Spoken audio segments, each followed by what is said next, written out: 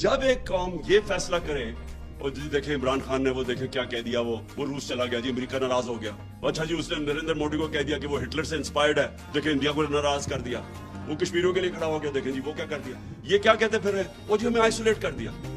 ان کا مطلب یہ ہے کہ آئسولیٹ نہ کیسے ہوتا ہے، ان کے جوتے پالش کرنے شروع کر دو، ان کے پیروں میں گر جاؤ۔ ان کا مطلب یہ ہے کہ لوگ اس کو اچھی فورن پالیسی کہتے ہیں۔ یہ فورن پالیسی تو آپ 50 سال سے کر رہے ہیں، تو اب تک تو پاکستان کو سپر پاور بن جانا چاہیے تھا لوگوں کے جوتے پالش کر کے۔ کبھی سنا کسی قوم نے جا کے اپنے کسی اور کی جنگ میں 80,000 اپنے لوگ قربان کر دیے؟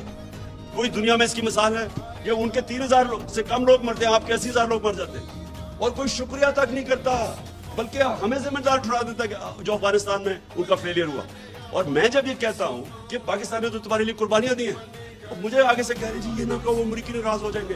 میں صرف آپ کو یہ چیزیں اس لیے بتا رہا ہوں کہ اگر اس طرح کی ہم اپنے آپ کو ذلیل کر کے سمجھتے ہیں کہ پاکستان کوئی پیر پہ کھڑا ہو جائے گا، غلط فہمی میں نہ رہے۔ ہم نے ایمل کانسی کو پکڑا دیا، اس کے وکیل نے جا کے وہاں عدالت میں کہا جی پاکستانی اپنی والدہ بھی بیچ دیں پیسے کے پیچھے، ڈالروں کے پیچھے۔ تو ہماری وجہ سے ہم نے ذلت کمائی، ہم نے اپنے آپ کو ذلیل کیا۔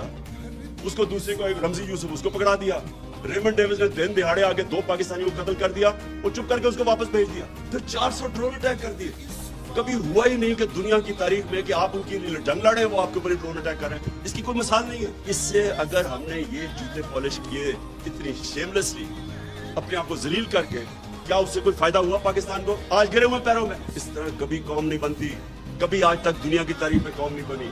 میں بار بار مدینہ کی ریاست کی اس لیے مثال دیتا ہوں، وہ پہلے دن مدینہ کی ریاست ہی بن گئی تھی، انہوں نے جدوجہد کی تھی، انہوں نے مل کے کمیونٹی نے 2 جنگوں کے اندر، جنگ احد اور خندق کے اندر، تو امہ کو خطرہ تھا کہ وہ بچیں گے بھی یا نہیں۔ فاقے کیے انہوں نے، جب انہوں نے سیج کی ہوئی تھی مدینہ کی، نبی صلی اللہ علیہ وسلم نے 2 پتھر پیٹ پہ باندھ کے کام کر رہے تھے، وہاں قربانیاں دے رہے تھے۔ قومیں قربانیاں بندے کے بنتی ہے، بھکاریوں کی طرح بھیک مانگ کے جوتے پالش کر کے کوئی قوم نہیں بنی آج تک۔